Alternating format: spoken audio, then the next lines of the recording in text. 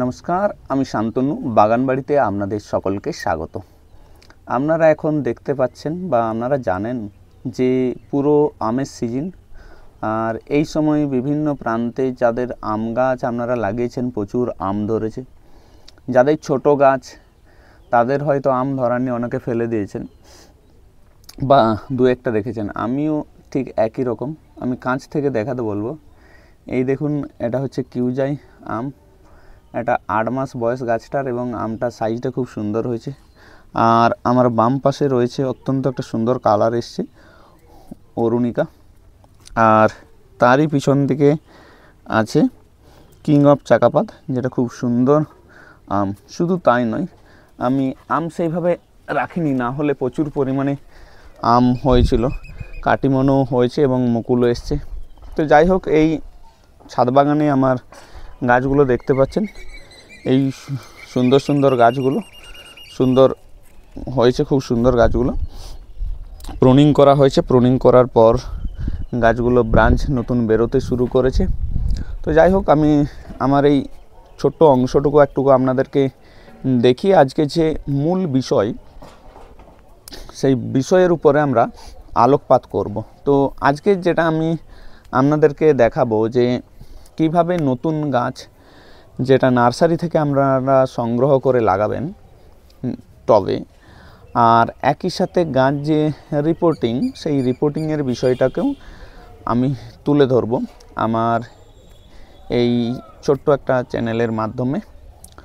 এক্ষেত্রে হয়তো বহু মানুষ উপকৃত হবেন বলে আমি আশা করছি। তো চলুন, আজকের আমি শুরুতেই যেটা যে টব চেঞ্জ, বিশেষ করে আমি টবটা চেঞ্জ করছি দু একটা গাছের, তার মধ্যে একটা ফেটে গেছে এবং আরেকটা ছোট্ট টব, সেই কারণে। তো চলুন দেখানোই যাক। এটা আমার একটা টিজেসি ম্যাঙ্গো, আর এই যে গাছটা, এটা আমও ধরেছিল টিজেসিতে, কিন্তু আমার এই টবটা ভেঙে গেছে। শিলাবৃষ্টি যখন হয়েছিল, সেই শিলাবৃষ্টির সময় টবটা ফেটে গেছে।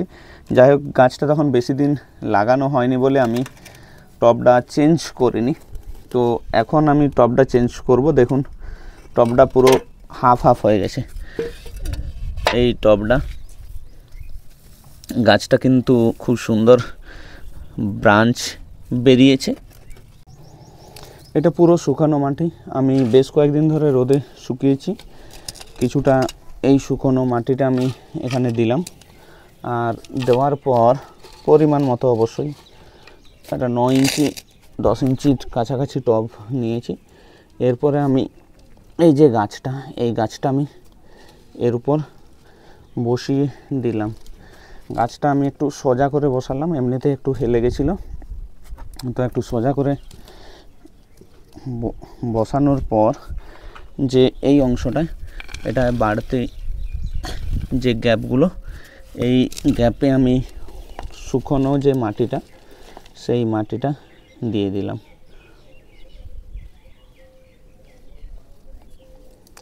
তো যাই হোক, গ্রীষ্মকালে কিন্তু রিপোর্টিং করা সত্যিই টাফ ব্যাপার, কারণ প্রচণ্ড গরম থাকে।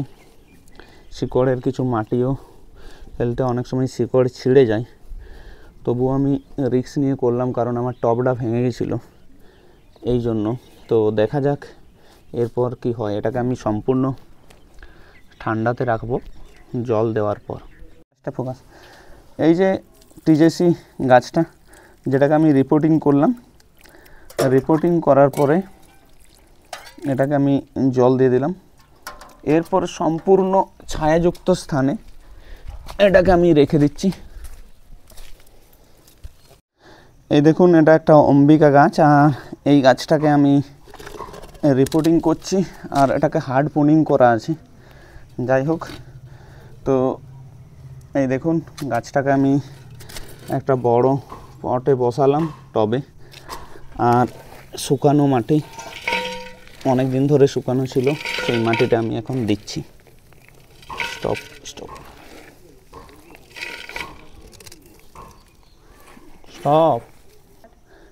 এই দেখুন, এই যে টবটা কাছ থেকে দেখাতে বলবো, এই টবটায় একটা ফুটো আছে, যাতে মাটিটা না পড়ে একটা টবের কুচি আমি অংশ দিয়ে দিলাম ভেঙে। এরপর এতে শুকনো মাটি, প্লেন শুকনো মাটি, যারা আপনারা বারবার ভুল করেন, কোনো খাবার টাবার কিচ্ছু দেবেন না, প্লেন মাটি। সেই প্লেন মাটি আমি নিচে কিছুটা দিলাম, দেওয়ার পর এই দেখুন এটা একটা আমার টিজেসি গাছ। আর এই টিজেসি গাছটা আমি আম্রকুঞ্জ নার্সারি থেকে কালেক্ট করেছি। এই দেখুন টিজেসির যে ট্যাগটা, এই যে ট্যাগটা টিজেসি। আর এটাকে আমি বসাবো এখন। আমি গাছটা আনার পরে প্রায় 7 দিন ঠান্ডা ঘরে রেখেছিলাম, আর তারপরে দেখুন গাছটা কোনো কিছু হয়নি, গাছটা খুব সুন্দর আছে। এরপরে এই গাছটার যে পলি ব্যাগটা সেটাকে আমি ফেলে দিচ্ছি, তারপর এটাকে আমি একটা টবে বসাচ্ছি।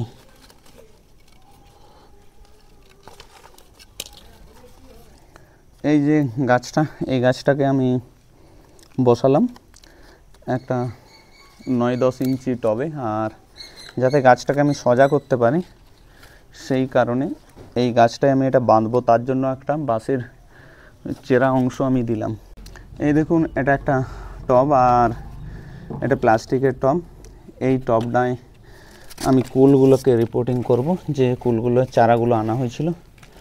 শুরুতেই আমি একেবারে প্লেন শুকনো মাটি দিলাম, কোনো খাবার টাবার কিচ্ছু দিইনি। আমি কাছ থেকে দেখাতে বলবো তাহলে বুঝতে পারবে। কিছুটা মাটি দেওয়ার পরে এই যে গাছগুলো, এই গাছগুলো আমি বসাচ্ছি। দুটো টব আছে পাশাপাশি, আমি দুটো গাছ, দুটোই কুল, এই দুটো কুল বসাচ্ছি। এরপরে সোজা করে একটু দেখবেন যে সোজা যেন হয়। ব্যাস, সোজা করে বসানো হয়ে গেল।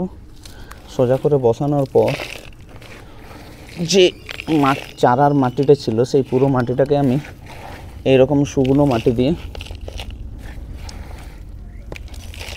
ঢাকা দিচ্ছি। দেখুন বেশি কিছু যত্নের কোনো প্রয়োজন নেই, শুধুমাত্র আপনারা যখন লাগাবেন কোনো খাবার দেবেন না। হ্যাঁ, আর একটা এখানে এই প্রসঙ্গে বলে রাখি, অনেকে বলেন যে গাছ বর্ষাকালে লাগাতে হয় বা বৃষ্টি পড়লে গাছ লাগানো, কিন্তু গাছ কিন্তু যে কোনো সময় লাগানো যেতে পারে। আর বিশেষ করে লাগানোর পরে একটা সপ্তাহ কিন্তু তার একটু খেয়াল বা যত্ন রাখা প্রয়োজন, কারণ তাকে জল দিতে হবে নিয়মিত। আর আমি তো আজকে পুরো গ্রীষ্মকালেই লাগাচ্ছি, ভর্তি গ্রীষ্ম। এখন এপ্রিল মাসের 24 তারিখ, আর এই 24 তারিখে আমি দেখুন এই গাছগুলোকে টবে লাগাচ্ছি। তো রিপোর্টিংও করলাম। যাই হোক, কুল এবং অম্বিকা টিজেসি একটা পটিং, এবং নতুন লাগালাম টিজেসি, তার সাথে দুটো কুল। তো আপনারা যখনই কোনো সমস্যা নেই, কিন্তু গাছ লাগানোর ক্ষেত্রে আপনাদেরকে খেয়াল করতে হবে গাছটা লাগানোর কিন্তু ছাদে থাকে, বিশেষ করে যারা টবের গাছ লাগাবেন যেন যাতে থাকে।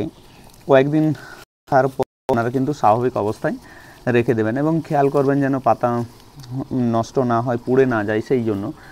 আর একই সাথে রিপোর্টিং করেও ছায়াতে লাগাবেন। তো যাই হোক, আমি আমার এই ছোট্ট একটা ভিডিওর মাধ্যমে আমি তুলে ধরলাম কিভাবে নতুন চারা গাছ লাগাবেন, আর সেই মাটি পুরো শুকিয়ে লাগাবেন সেটাও আপনাদেরকে দেখালাম, আর একই সাথে যে গাছগুলো রিপোর্টিং সেটাও।